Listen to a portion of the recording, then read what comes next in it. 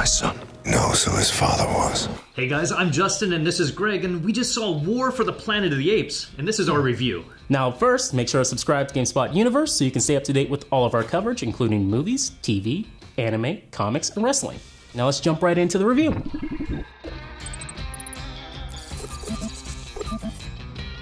So War of the Planet of the Apes is the 8th film in the Planet of the Apes franchise and the 3rd chapter in the current Andy Serkis prequel/reboot franchise. The story follows Caesar and his ape companions as they're forced into a deadly conflict with an army of humans led by a ruthless colonel played by Woody Harrelson. Alright Justin, what did you think of War for the Planet of the Apes? So overall, I did enjoy the film, but to me it was kind of a movie at war with itself.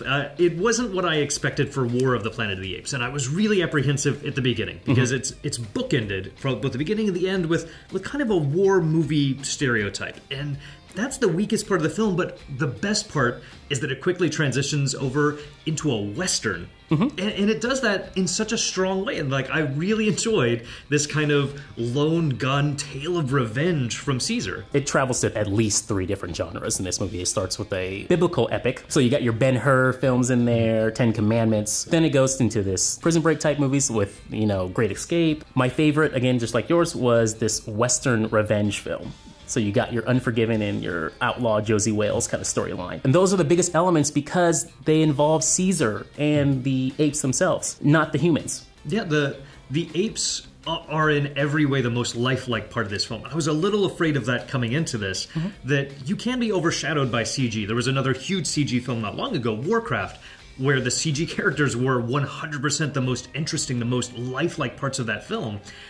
And in a lot of ways, War of the Planet of the Apes is the same. When you would just see the trolls on screen, it was ridiculous how good they made Bone look, how good they made all of this costume look.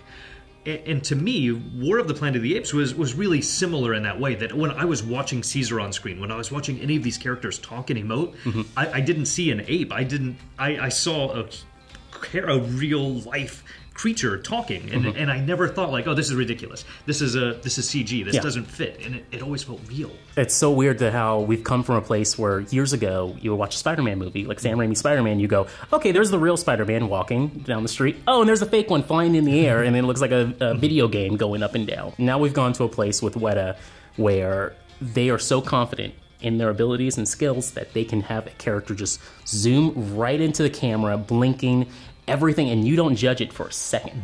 It's not like the days of Robert Zemeckis' films where you had like Polar Express and you just get this dead-eyed, uncanny valley look. That's gone entirely in this movie. I did not see that at all. Part of that, I think, is helped by it being an ape. Like, we're not looking at a human, and so we are looking, we're not necessarily looking in exactly the same way, but that's what makes it work so perfectly, that you believe that this ape is talking. And even when they're not talking, when they're just using sign language, it's so compelling to watch them do that. Speaking of visual effects and acting, Andy Serkis is incredible in this film. I mean, he does bring Caesar to life. Like, I mean, you've seen that with bad CG, with people who aren't able to quite get into that role, who wouldn't be able to become an ape so convincingly. But it is a team effort, and even Andy Serkis, like, if he just had on a mask from the original Planet of the Apes, wouldn't be that good. For me, the action set pieces, like kind of like I mentioned, the war that they're fighting was less compelling. That when I see the characters as realistic as all of the apes look,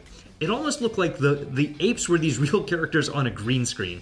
Like, it made sense, and I felt like as many monologues as there was enough action, and it was keeping me strung along for the most part, that it looked good, but it wasn't my favorite part. I love the action for one smart thing that they decided to do was it was driven by the plot, and it wasn't just we need an action scene here from the producer saying, you gotta have something here, it's getting boring, you gotta put something here. The story moves along so well for the first 30 to 45 minutes where you get Caesar, it sets up a story, his family, and the antagonist. And it's right after that, it starts to fall a little bit on me right after that moment. Without giving away a spoiler, there's this incredible sequence that involves a waterfall and Andy Serkis with Woody Harrelson that is incredible. One thing that really stood out for me was the allusions, the callbacks to the original film series, and especially the very first film.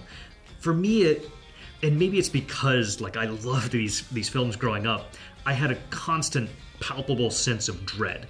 Because I know where all of this is heading. We're heading to the Planet of the Apes with Charlton Heston, and you're beating your fists at the Statue of Liberty. So, like, no matter what, I always feel like nothing is going to do well. This is a dystopia, and that colored my anticipation and my view of what's going to happen. Because I feel like no matter what, nothing can go right, and so I just have that constant dread pounding down on me. And then the kind of callbacks and reminding you, like, no, this is set in not necessarily the same universe or the same world, but the same idea of that Planet of the Apes. And I love those little callbacks. Yeah. We have to get into what we did not like about the movie, and that happens to be the humans. The humans were overall the least realistic part of this film. But in particular, Woody Harrelson as a villain was so one-note. He just felt like a mustache-twirling evil guy. What frustrated me the most about his character was he was just there to dole out exposition for the movie. The very moment he steps on screen, it actually has a scene where he talks to Caesar. My God,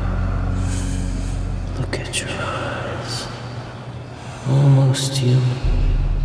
Like, it never really makes the humans as a believable villain. They're just purely evil, which can work, but I don't feel like they quite captured it here. They captured the humanness of the apes, but not what makes a compelling villain. They did such an incredible job with Dawn of the Planet of the Apes, with the human elements, with Gary Oldman, and the sacrifices they had to make. And then it wraps up everything, for me, with kind of a Deus Ex Machina moment that was not...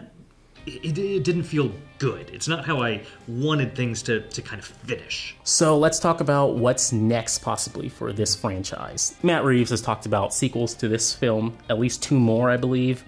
I feel like this movie pretty much sets you up for it's War of the Planet of the Apes, and this one should just be a Planet of the Apes. I mean, they set it up as, right now, it's a trilogy. Like, there is definitely a self-contained story with a beginning, middle, and end. Yes. But they also leave a lot open.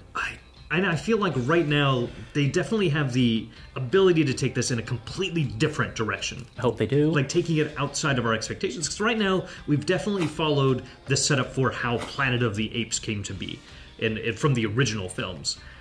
But what if they do something completely different? Because Planet of the Apes itself was a product of the 70s. It was a very different kind of film. You don't necessarily have to go in that same direction anymore. All 8 films deal with the same thing of equality, racial tensions, and war. They can do so much, I feel like, with this franchise in the future, and they don't have to have that Charlton Heston-like character. They can make it Nova for all we care. They can have her just lead on this revolution. Do you think they're going to do anything with time travel? I don't know. Like, you have to remember the first film did have that callback to the original film where they talk about a space flight that was lost.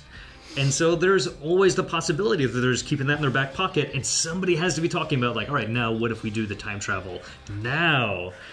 Please, please do not do time travel. Please. Thank you guys so much for watching. Let us know if you're excited about this movie or not in the comment section below. And if you get a chance, you should definitely watch the original Planet of the Apes before seeing this one. It really still holds up. Ooh, yes, it does. See you later, guys. Bye-bye.